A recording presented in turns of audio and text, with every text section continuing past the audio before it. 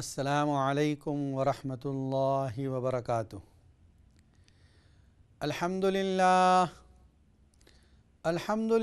الذی فاطر السماوات والارض جاعل الملائکۃ رسلا اولی اجنحۃ مثنی وثلاث ورباع یزید فی الخلق ما یشاء ان اللہ علی کل شیء قدیر۔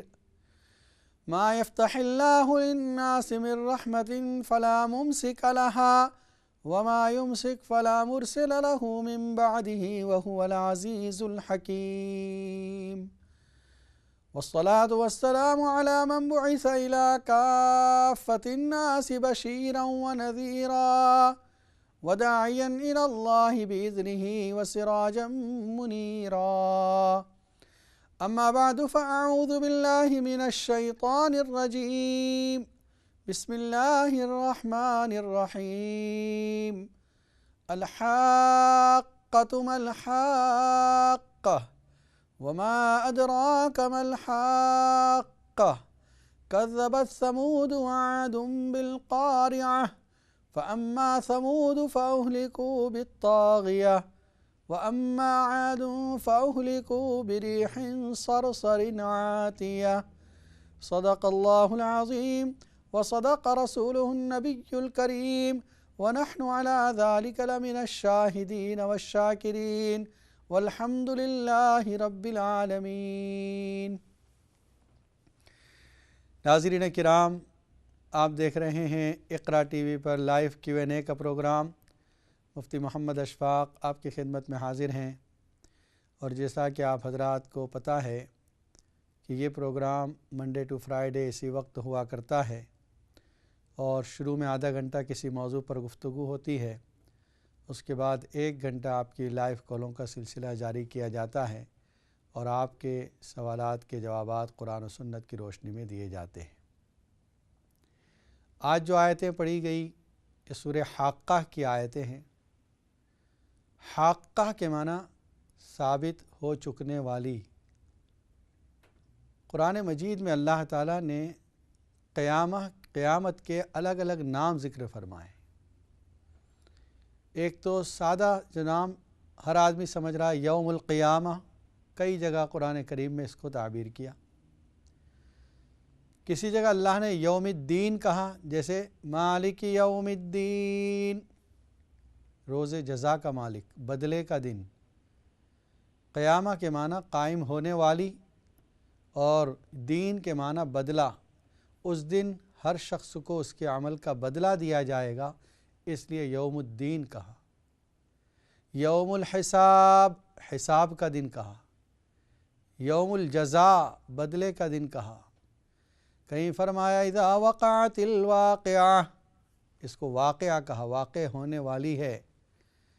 اور کہیں اس کو القارعۃ ما القارعہ، القارعہ کہا، جس کے معنی کھڑکھڑا دینے والی، بے چین کر دینے والی، مضطرب کر دینے والی، اس لیے کہ قیامت جب آئے گی سب کچھ الٹ پھیر ہو جائے گا۔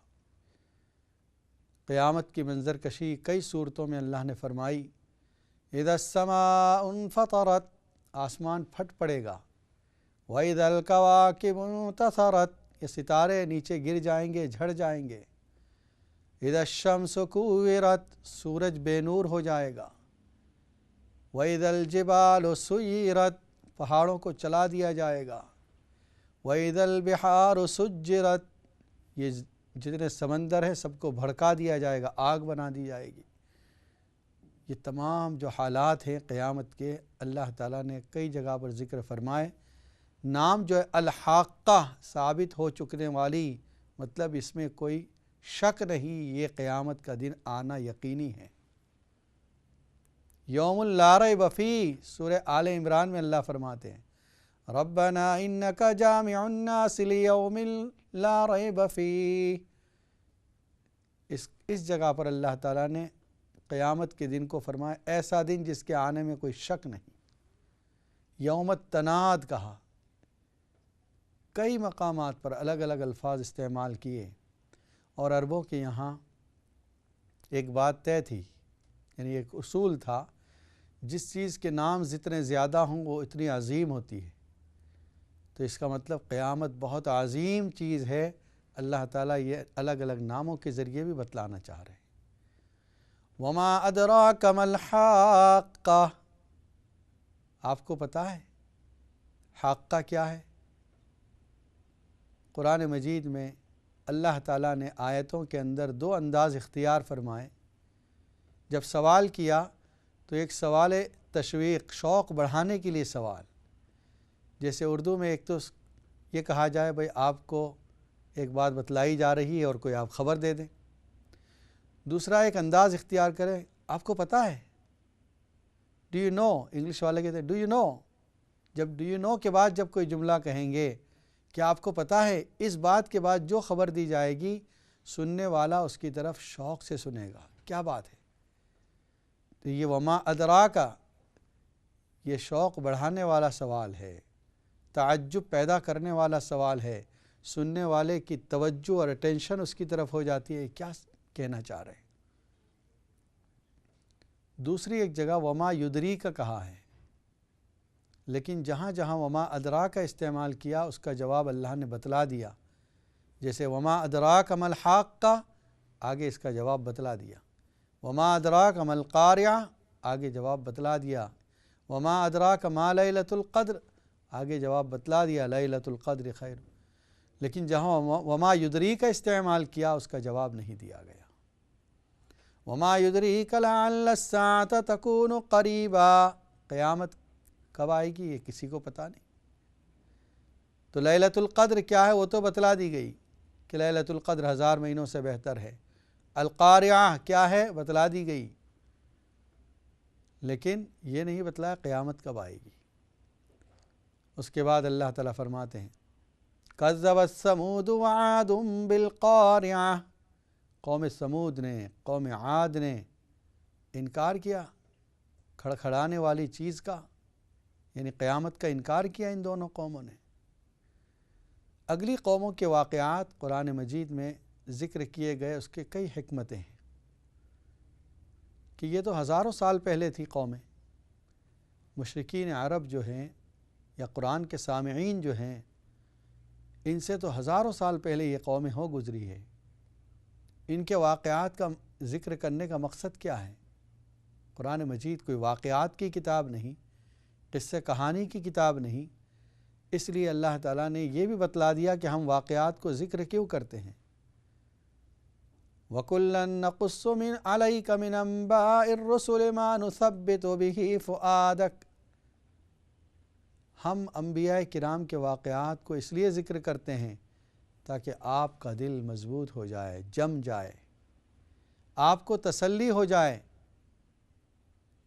کہ دیکھو اگلے انبیاء کرام کے ساتھ قوموں نے جو سلوک کیا، اللہ کی طرف سے انبیاء کرام کی مدد ہوئی، ایمان والوں کی مدد ہوئی، اور اللہ کی مدد کے بعد اللہ تعالیٰ نے ایمان والوں کو اور نبیوں کو بچا لیا، اور ان قوموں پر عذاب نازل ہوا، ان لوگوں پر عذاب نازل ہوا جنہوں نے نبیوں کا کہنا نہیں مانا۔ تو آپ بھی تسلی رکھیں، آپ بھی اطمینان رکھیں، آپ اور ایمان والوں کو اللہ تعالیٰ بچا لے گا، اور ان مشرکین پر، ان مکذبین پر، ان جھٹلانے والوں پر اللہ کا عذاب آئے گا۔ اور دوسرا سننے والوں کے لیے عبرت ہے یہ مشرکین، یہ مکذبین، جھٹلانے والے، ان کے لیے یہ عبرت ہے کہ دیکھو اگلی قوموں پر جب انہوں نے نافرمانی کی اللہ کا عذاب آ گیا، اللہ نے ان کو مختلف طریقوں سے ختم کر دیا، کسی کو آسمان سے پتھر برسا کر ختم کر دیا، کسی کو سیلاب اور فلڈ کا عذاب آیا اس کے ذریعے ختم کر دیا، حالانکہ یہ ان سے زیادہ طاقتور تھے۔ قوم عاد بڑی طاقتور قوم تھی، قوم سمود بڑی طاقتور قوم تھی، لیکن اللہ نے ایک چنگھاڑ اور ہوا کے ذریعے بھی قوموں کو ہلاک کر دیا۔ تو قوموں کے لیے عبرت اور نبی اکرم صلی اللہ علیہ وسلم کے لیے تسلی۔ آگے اللہ نے فرمایا جب ان لوگوں نے، قوم سمود نے، قوم عاد نے جھٹلایا تو کیا انجام ہوا؟ فَأَمَّا ثَمُودُ فَأُهْلِكُوا بِالطَّاغِيَةِ وَأَمَّا عَادٌ فَأُهْلِكُوا بِرِيحٍ صَرْصَرٍ عَاتِيَةٍ، قوم سمود کو اللہ نے ایک چیخ کے ذریعے ختم کر دیا، چنگھاڑ کی آواز آئی، رجفہ بھی کہا، کہیں زلزلہ بھی آیا اور چنگھاڑ کی آواز آئی زور سے، اتنی زور کی آواز تھی کہ ان کے دل پھٹ پڑے، سب ختم ہو گئے۔ کون سے نبی کی قوم ہے یہ؟ حضرت صالح علیہ السلام کی قوم ہے۔ حضرت صالح علیہ السلام کو اللہ تعالیٰ نے قوم سمود کی طرف بھیجا، اور بطور معجزے کے جب انہوں نے کوئی نشانی مانگی کہ ہمیں کوئی نشانی دیجئے، تو قوم سمود نے یہ نشانی مانگی کہ ہم اس ون پیس پتھر، پہاڑ کا جو پتھر ہے جس میں کوئی ٹکڑے بھی نہیں، ایک ہی سالم پتھر ہے، اس میں سے ہمارے سامنے آپ ایسی اونٹنی کو نکال دیجئے جو خود بھی حاملہ ہو، پریگننٹ ہو، گھابن اونٹنی۔ حضرت صالح علیہ السلام نے دعا کی اور اللہ تعالیٰ نے قوم کے سامنے، سب ابھی کھڑے ہی ہیں، پہاڑ کے پتھر سے وہ اونٹنی نکلی ہے، پہاڑ کا پتھر ٹوٹا ہے، وہ ایسی اونٹنی نکلی ہے جو خود بھی گھابن، اس کے پیٹ میں بھی بچہ ہے۔ اللہ تو ہر چیز پر قادر ہے۔ اس کے باوجود، اس معجزے کے باوجود وہ ایمان نہیں لائے۔ پھر اللہ تعالیٰ، حضرت صالح علیہ السلام نے کہا کہ دیکھو یہ اللہ کی اونٹنی ہے، یہ آیت اللہ ہے، اس کو چھوڑ دینا، اس کی برائی سے اس کو ہاتھ مت لگانا۔ اس قوم نے یہ کیا کہ ایک پلان بنایا، اور وجہ اس کی یہ ہوئی کہ وہ جب اونٹنی کھانے کے لیے جاتی تھی، پورا علاقے میں جہاں جہاں گھاس ہوتی تھی سب کھا جاتی تھی۔ پانی پینے کے لیے جہاں جاتی تھی، جو پانی کا ٹینک وغیرہ ہوتا ہے، اس پورا پانی پی جاتی تھی۔ تو انہوں نے آ کر شکایت کی صالح علیہ السلام سے۔ صالح علیہ السلام نے کہا ٹھیک ہے، ہفتے میں ایک دن اس کے باری کا مقرر کر دو، جس دن اس کا ٹرن ہو اس دن آپ لوگوں کی اونٹنیاں نہیں جائے گی چرنے اور پانی پینے، باقی دنوں میں آپ کی اونٹنیاں چلی جائیں۔ تو وہ بھی تسلیم کر لیا۔ پھر اسے ایک دن جایا کرتی تھی وہ اللہ کی اونٹنی، باقی 6 دن ان کے جانور جاتے تھے۔ لیکن وہ اللہ کی اونٹنی ایک معجزہ تھی، اور وہ یہ چاہتے تھے کہ یہ معجزے کا نشان بھی ختم ہو جائے۔ انہوں نے اس کے مارنے کا پروگرام بنایا۔ صالح علیہ السلام نے کہا تھا وَلَا تَمَسُّوهَا بِسُوءٍ فَيَأْخُذَكُمْ عَذَابٌ قَرِيبٌ، دیکھو برائی کے ساتھ اس کو ہاتھ مت لگانا، ورنہ بہت قریب کا عذاب تم کو پکڑ لے گا۔ فَعَقَرُوهَا فَقَالَ تَمَتَّعُوا فِي دَارِكُمْ 3 أَيَّامٍ ذَلِكَ وَعْدٌ غَيْرُ مَكْذُوبٍ۔ صالح علیہ السلام نے یہ کہا تھا کہ اس کو برائی سے ہاتھ مت لگانا، لیکن انہوں نے جب پروگرام بنایا اور قتل کر دیا، اس کو ختم کر دیا۔ صالح علیہ السلام نے کہا کہ اب یہ اللہ کی اونٹنی کو تم نے مارا ہے، 3 دن کی مہلت دی جاتی ہے تم کو، اس کے بعد تم پر عذاب آئے گا۔ پہلے دن ان کے چہرے پیلے پڑ گئے، دوسرے دن ان کے چہرے لال ہو گئے، تیسرے دن ان کے چہرے کالے پڑ گئے، اور پھر چوتھے دن اللہ تعالیٰ نے عذاب نازل فرمایا۔ حضرت صالح علیہ السلام کو اور ان کے ساتھ جو ایمان لائے تھے ان کو بچا لیا۔ کیا انجام ہوا؟ كَأَن لَّمْ يَغْنَوْا فِيهَا، ایسے انجام ہوا جیسے اس بستی میں کوئی رہتا ہی نہ ہو، پوری بستی کے لوگ ختم۔ قوم عاد کا کیا انجام ہوا؟ اس کو اللہ تعالیٰ نے فرمایا وَأَمَّا عَادٌ فَأُهْلِكُوا بِرِيحٍ صَرْصَرٍ عَاتِيَةٍ، قوم عاد کو ہلاک کیا گیا تیز ہوا کے ذریعے، ایسا اسٹرام آیا، ونڈ اتنی زور سے چلی ہے کہ سب کے سب ہلاک ہو گئے، مر گئے۔ یہ اللہ کی طرف سے عذاب ہے۔ نبی اکرم صلی اللہ علیہ وسلم کے بارے میں حضرت عائشہ فرماتی ہیں جب زور سے ہوا بھی چلتی تو آپ صلی اللہ علیہ وسلم نماز کی طرف متوجہ ہو جاتے، جب بادل کلاؤڈ نظر آتا تو آپ فوراً نماز کی طرف متوجہ ہو جاتے۔ تو میں نے ایک دن پوچھا یا رسول اللہ صلی اللہ علیہ وسلم، یہ بادل دیکھنے پر بھی آپ نماز کی طرف متوجہ ہو جاتے؟ فرمایا ایک قوم پر اللہ کا عذاب بادلوں کی شکل میں بھی آیا ہے۔ وادی احقاف میں جو عذاب آیا تھا قوم عاد پر، ایک عرصے تک بارش نازل نہیں ہوئی، قوم نے یہ سمجھا کہ چلو بارش نازل ہونے والی ہے، بادل آنا شروع ہوئے، گھنے بادل تھے، سب بادل کے نیچے جمع ہو گئے کہ چلو بارش سے فیضیاب ہوں گے، فائدہ اٹھائیں گے۔ لیکن کیا ہوا، اس میں سے پتھر، ایسے پتھر جس نے پوری قوم کو ہلاک کر دیا۔ وہ تیز ہوا بھی تھی اور پتھر بھی چلے ہیں اوپر سے۔ وَأَمَّا عَادٌ فَأُهْلِكُوا بِرِيحٍ صَرْصَرٍ عَاتِيَةٍ سَخَّرَهَا عَلَيْهِمْ 7 لَيَالٍ و8 أَيَّامٍ، 7 راتوں اور 8 دن تک وہ عذاب چلا ہے، انہوں ہوا چلی ہے۔ حسوماً، جڑ سے کاٹ دینے والی تھی وہ ہوا، پوری قوم کو برباد کر دیا۔ آگے اللہ فرماتے کأنہا صرعا، ایسے پڑے تھے جیسے کھجور کے درخت کو زمین پر گرا دیا جائے اور وہ سب پڑے ہوں اس طرح، ایسے وہ لوگ لمبے لمبے، ان کی ہائٹ تھوڑی زیادہ تھی، ایسے وہ لوگ پڑے ہوئے تھے۔ کأنہم اعجاز نخل خاویہ فہل تری لہم من باقیہ۔ اللہ تعالیٰ پوچھتے ہیں قرآن کے مخاطب سے، کیا تو نے دیکھا ان کا کوئی نشان بھی ہے باقی؟ سب ختم ہو گئے۔ وہی لوگ بچے جن کو اللہ تعالیٰ نے بچایا۔ حضرت ہود علیہ السلام کی قوم ہے یہ، قوم عاد حضرت ہود علیہ السلام کی قوم ہے۔ ہود علیہ السلام نے ان کو بڑا سمجھایا، بہت بار بار سمجھایا، لیکن وہ ایمان نہیں لائے۔ آخر اللہ کی طرف سے یہ عذاب آیا۔ تو یہ قوم، 2 قوموں کا تذکرہ اللہ نے فرمایا۔ اس کے بعد اللہ تعالیٰ فرماتے ہیں وَجَاءَ فِرْعَوْنُ وَمَنْ قَبْلَهُ وَالْمُؤْتَفِكَاتُ بِالْخَاطِئَةِ، قوم فرعون اور اس سے پہلے کی قومیں اور جھاڑیوں والے، یہ سب بھی اسی طرح ہوئے، گناہ کرتے رہے، نافرمانیاں کرتے رہے، اللہ تعالیٰ نے سب کو عذاب کے ذریعے ہلاک کر دیا۔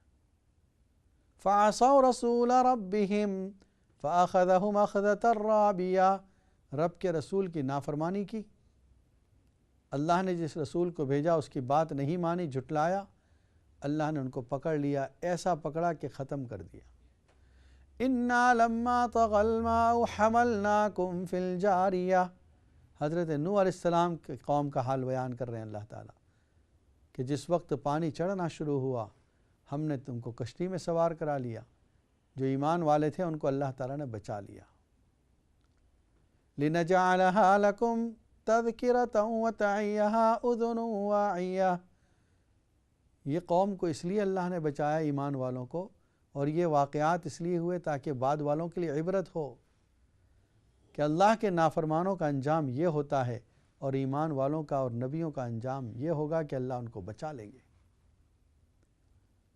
اس کے بعد اللہ تعالیٰ نے یہ واقعات قوموں کے ذکر فرمائے اور اس کے بعد اللہ تعالیٰ فرماتے ہیں لِنَجْعَلَهَا لَكُمْ تَذْكِرَةً وَتَعِيَّهَا أُذُنٌ وَاعِيَةٌ فَإِذَا نُفِخَ فِي الصُّورِ نَفْخَةٌ وَاحِدَةٌ، جس وقت سور پھونکا جائے گا۔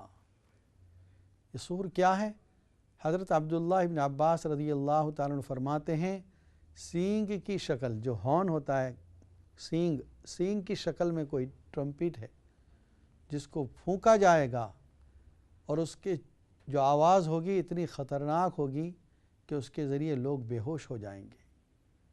وَنُفِخَ فِي الصُّورِ فَصَعِقَ مَن فِي السَّمَاوَاتِ وَمَن فِي الْأَرْضِ إِلَّا مَن شَاءَ اللَّهُ ثُمَّ نُفِخَ فِيهِ أُخْرَىٰ فَإِذَا هُمْ قِيَامٌ يَنظُرُونَ۔ حدیث میں فرمایا، اور یہ اس آیت کے ترجمے میں بھی ہے کہ 2 سور ہیں۔ پہلی مرتبہ جب سور پھونکا جائے گا تو یہ تمام جتنے بھی جاندار ہیں سب ہلاک ہو جائیں گے، یعنی اس وقت روئے زمین پر جتنے بسنے والے انسان، جانور سب ختم ہو جائیں گے۔ اس کے بعد جب تمام ہلاک ہو جائیں گے، 40 سال کا عرصہ گزر جائے گا، پھر اس کے بعد دوسرا سور پھونکا جائے گا، اور اس سور پھونکنے کی وجہ سے کیا ہوگا، سب لوگ اٹھ کھڑے ہوں گے۔ وَنُفِخَ فِي الصُّورِ فَإِذَا هُمْ مِنَ الْأَجْدَاثِ إِلَىٰ رَبِّهِمْ يَنْسِلُونَ، جب سور پھونکا جائے گا تو لوگ قبروں سے اٹھ کھڑے ہوں گے۔ جہاں پر فَصَعِقَ ہے، بے ہوش ہو جائیں گے، دوسری صورت کے اندر اللہ تعالیٰ نے ففزع کا لفظ استعمال کیا، گھبراہٹ طاری ہو جائے گی۔ تو دو کیفیتوں کو جمع کیسے کیا جائے گا؟ جس وقت پہلی آواز سنیں گے گھبراہٹ طاری ہو جائے گی اور اس کے بعد بے ہوش ہو جائیں گے۔ الا من شاء اللہ، صرف وہ لوگ بچیں گے جس کو اللہ چاہے، یعنی بے ہوش ہونے سے بچ جائیں گے۔ مفسرین فرماتے ہیں اس سے مراد ملائکۃ المقربین ہیں، یا بعض مفسرین نے فرمایا عرش کے اٹھانے والے فرشتے بچ جائیں گے، ان پر بے ہوشی طاری نہیں ہوگی، باقی تمام لوگوں پر بے ہوشی طاری ہو جائے گی۔ کوئی مخلوق نہیں، صرف وہ جن کو اللہ نے بچایا ہے۔ اس کے بعد اللہ تعالیٰ فرمائیں گے لمن الملک اليوم، کس کے لیے ہے آج حکومت؟ پھر اللہ تعالیٰ جب دوسرا سور پھونکیں گے تمام لوگ اٹھ کھڑے ہوں گے۔ فَإِذَا نُفِخَ فِي الصُّورِ نَفْخَةٌ وَاحِدَةٌ وَحُمِلَتِ الْأَرْضُ وَالْجِبَالُ فَدُكَّتَا دَكَّةً وَاحِدَةً، زمین اور پہاڑوں کو اٹھا لیا جائے گا۔ اور فرمایا، اللہ تعالیٰ فرماتے وَيَحْمِلُ عَرْشَ رَبِّكَ فَوْقَهُمْ يَوْمَئِذٍ ثَمَانِيَةٌ، اللہ تعالیٰ کا عرش اس دن 8 فرشتے اٹھائے ہوئے ہوں گے۔ 8 کی کیا قید ہے؟ یہ فرشتوں کا عرش کو اٹھانا کیا ہے؟ مفسرین فرماتے ہیں جیسے وہ جو اس سے پہلے بتایا تھا متشابہات ہیں کہ اللہ کا ہاتھ کیا ہے، اللہ کی پنڈلی کیا ہے، اللہ کا عرش پر بیٹھنا کیا ہے، اسی طرح یہ ہے اللہ کا عرش کا اٹھانا، یہ بھی اللہ کو معلوم ہے۔ ہمیں گہرائی میں جانے کی ضرورت نہیں، ہم ان الفاظ پر، ان آیات پر ایمان لاتے ہیں کہ جو اللہ نے فرمایا وہ سچ ہے۔ یومئذ تعرضون لا تخفی منکم خافیہ، جس دن کے پیش کیے جائیں گے تم پر تمام اعمال، کسی کا کوئی عمل اللہ سے چھپا ہوا نہیں، اور زمین ایسی ہوگی کوئی چھپنے والا چھپ بھی نہیں سکتا۔ جیسی آج کل ہے کہ اوپر نیچے پہاڑ، دریا، گہرائی، اونچائی، قیامت کے وقت جب اللہ تعالیٰ سب کو اکٹھا کریں گے ایک میدان میں اور جمع کیا جائے گا تو بالکل فلیٹ ہوگا، بالکل پلین میدان ہوگا، کوئی اونچ نیچ نہیں کہ آدمی چھپ سکے۔ لا تخفی منکم خافیہ۔ اور اس کے بعد اللہ کے سامنے تمام اعمال پیش کیے جائیں گے اور ان اعمال کے کرنے والوں کو جزا و سزا دی جائے گی۔ اچھے اعمال پر بدلہ ملے گا، نیک نعمتیں، اور برے اعمال پر سزا ملے گی۔ انشاءاللہ بریک کے بعد پھر ملاقات ہوگی۔ السلام علیکم ورحمۃ اللہ وبرکاتہ۔